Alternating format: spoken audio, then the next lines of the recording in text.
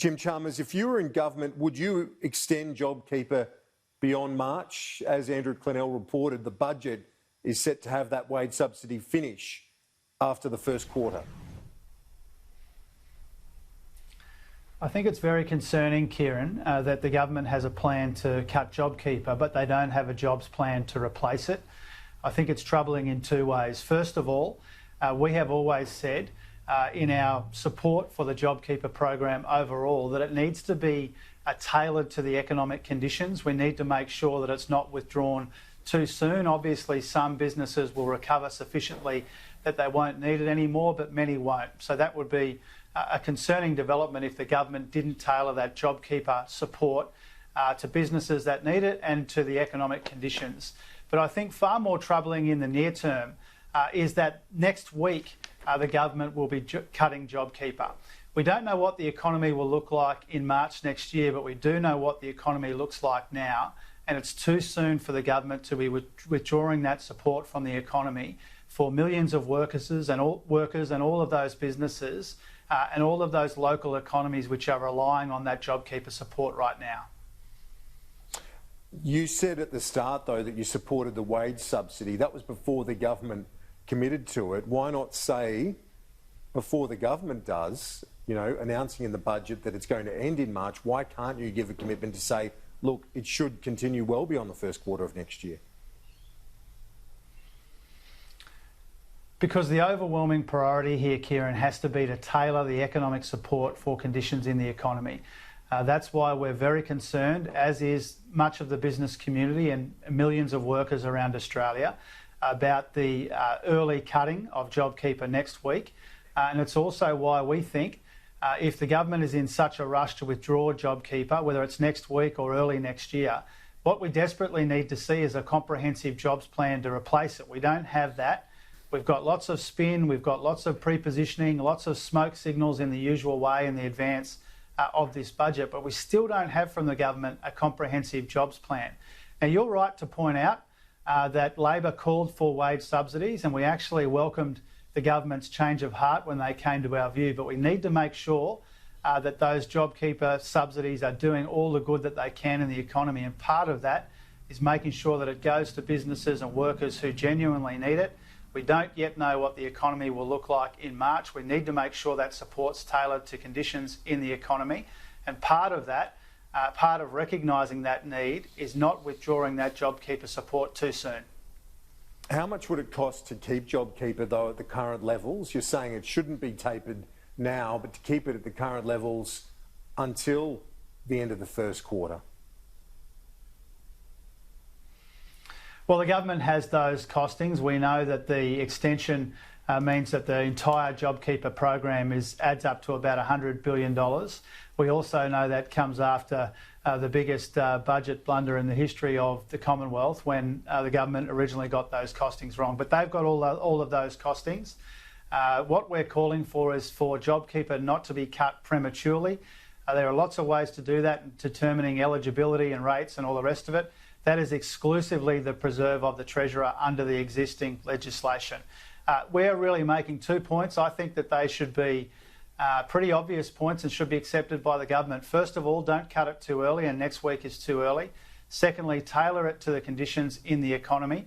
And if you're going to do that, also recognise that if the government's going to be in such a rush to pull out JobKeeper from the economy for all those workers and businesses who still need it, it needs to be replaced by a comprehensive jobs plan, and there's no sign of that yet. If you're going to commit to maintaining JobKeeper, though, is it incumbent upon you and the opposition to use the Parliamentary Budget Office to get the costings, to know exactly what you're talking about in terms of how much it's going to cost? Well, I think the public knows how much the JobKeeper program costs, and there are different ways that you could extend it, different timeframes, different eligibility and all of that. And also we need to recognise, unfortunately, that no matter what happens, we won't be the government for at least another 12 months, and we're talking about an urgent need. In terms of JobKeeper cuts, we're talking about next Monday, so we obviously won't be the government between now and then, as much as I would wish things were different. I think our role is really clear.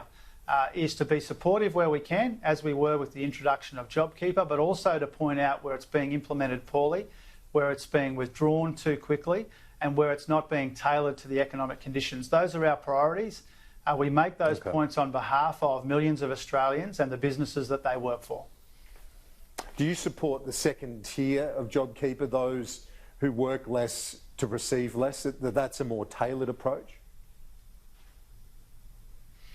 Oh, look, we've said for some time that the original design didn't make a lot of sense, partly because we wanted to ensure that if we wanted to extend the program to casual workers or aviation workers, university workers, arts and entertainment, all of those that were needlessly excluded from the program, we had the capacity to point out where some of that room could be made in the existing program for those people to be included. So we've said for some time that people who were earning $100 or $200 a week, all of a sudden earning $750 a week, there was an opportunity there.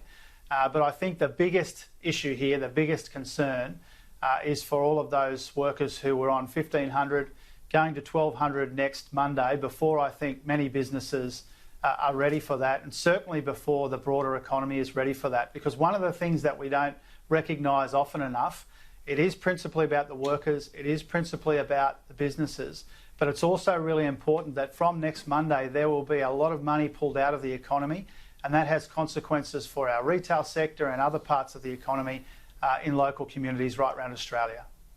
While JobKeeper looks like it's going to phase out and then be removed, there are various reports the government is looking at, including from my colleague Andrew Clennell, an incentive for employers to take on people, something like the Keating Working Nation payment of $300, which I think disappeared after a few months, maybe 6 months at the most. Do those sorts of incentives work, do you think?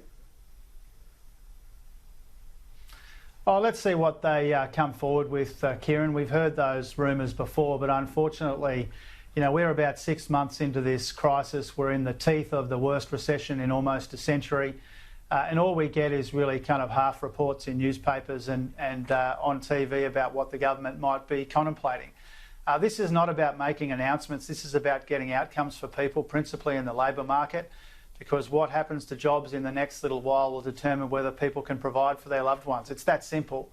And these little half announcements that we get from time to time, even often the full announcements that we get from the government, are no substitute for an actual jobs plan, which actually delivers employment for more people and makes sure that we can avoid what often accompanies these recessions, which is long-term unemployment turning into long-term disadvantage, which cascades through generations. That's what we're trying to avoid here.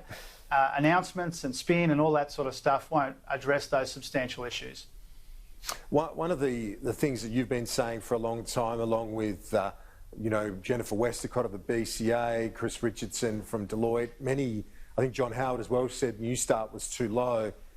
Is it time for Labor to be definitive on what the JobSeeker payment, as it's now known, on what number it should be? Because it's not just the equity issue, there's also the economic impact, isn't there, of pulling out that amount of spending at a time of very weak growth? Well, Kieran, we've campaigned very forcefully, very strongly for some time now to argue against a return to the old $40 a day. That would be catastrophic for individuals looking for work, but also catastrophic for the economy. And that is the point that John Howard and KPMG and the BCA and ACOS and others have been making for some time. When it comes to the precise number and the new level of JobSeeker, we don't even know what kind of payment we would inherit if we came to government this time next year or sometime after that. The government has left people hanging in terms of what the rate will be even after Christmas this year. So we don't know what we'll inherit. We don't have a proper update of the budget. We've only got half an update on the budget. So for all of these reasons, I think it would be irresponsible in the near term to nominate a number, but we've made our priorities and our principles really clear. $40 a day isn't enough to support yourself on. It isn't enough to look for work on, and it's bad for the economy, which is suffering from a lack of spending power. On the issue of spending power, the Australia Institute running a campaign with Bernie Fraser, John Hewson as well, among those who have backed this argument they're making against the next round of tax cuts being brought forward, saying it won't create jobs, won't boost economic activity. What's your assessment of that analysis? Well, I think it's no substitute for a comprehensive jobs plan. That's what we really need. What we're trying to do is to say the government doesn't have a blank cheque here. Let's see what they actually announce in the budget, if they do announce a bring forward of tax cuts. But clearly we listen to all of those voices in the community who would prefer that the government takes another path or an additional path in terms of supporting the economy.